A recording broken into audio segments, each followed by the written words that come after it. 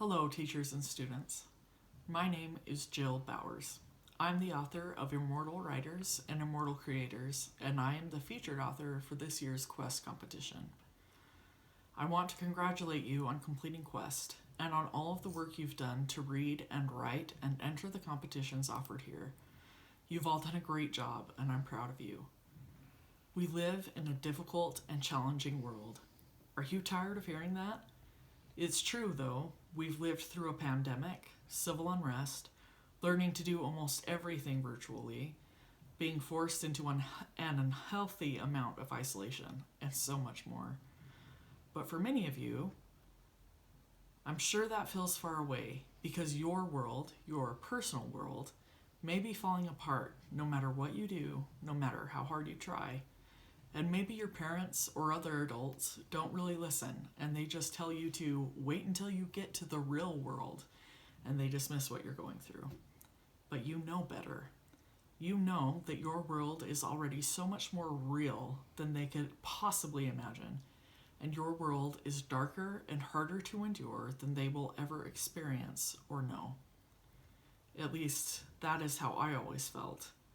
I understand how hard it can be to get up every morning and struggle through our personal, real worlds, and to keep our personal atmospheres breathable, to simply survive every day when faced with bullies, judgment, false friends, hard to understand subjects, betrayal, feeling unsafe, and everything else that makes it hard to take one more step.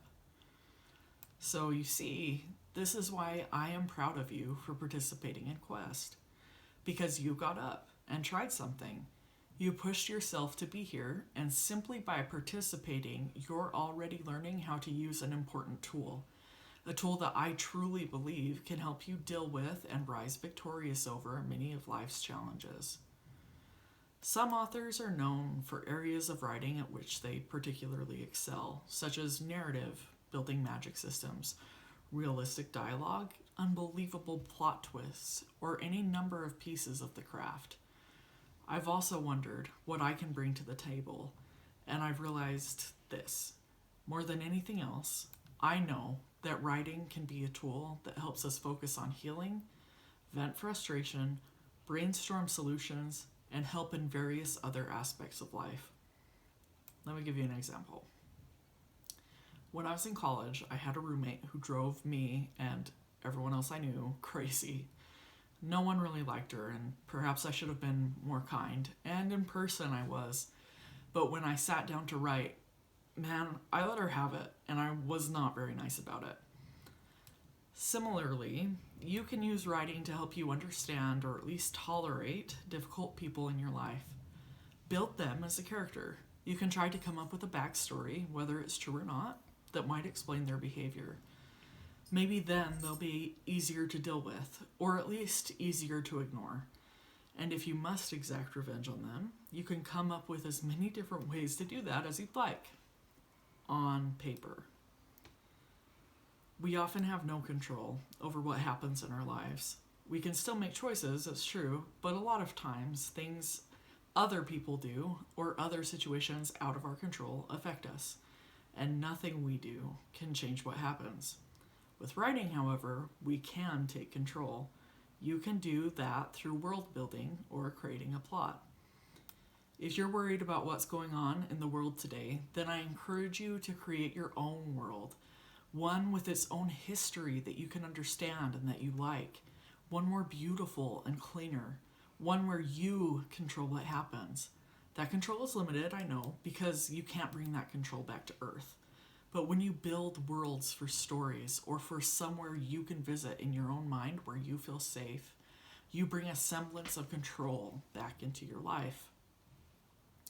If you're not sure how to handle a difficult situation, you can try plotting out your own story. Take some time to write out different ideas of how to handle the situation, and then see what might happen if you handle things in that way.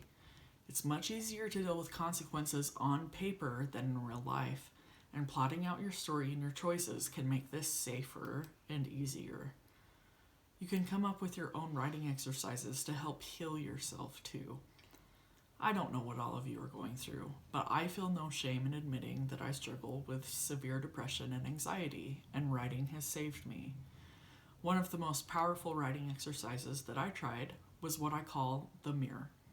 In the exercise, I stepped through the mirror and met a younger version of myself and talked with her and offered her love and understanding until I felt like some healing had taken place. And you know what? I do that exercise often, even now. And the writing and the compassion I extend to myself through it heals me a little more every time. And that's something I want you all to take home. Writing helps, writing heals. Writing can take broken souls and broken hearts and help us breathe and grow and live instead of just survive. I encourage you to keep writing and keep reading, and above all, my friends, be the hero in your own story.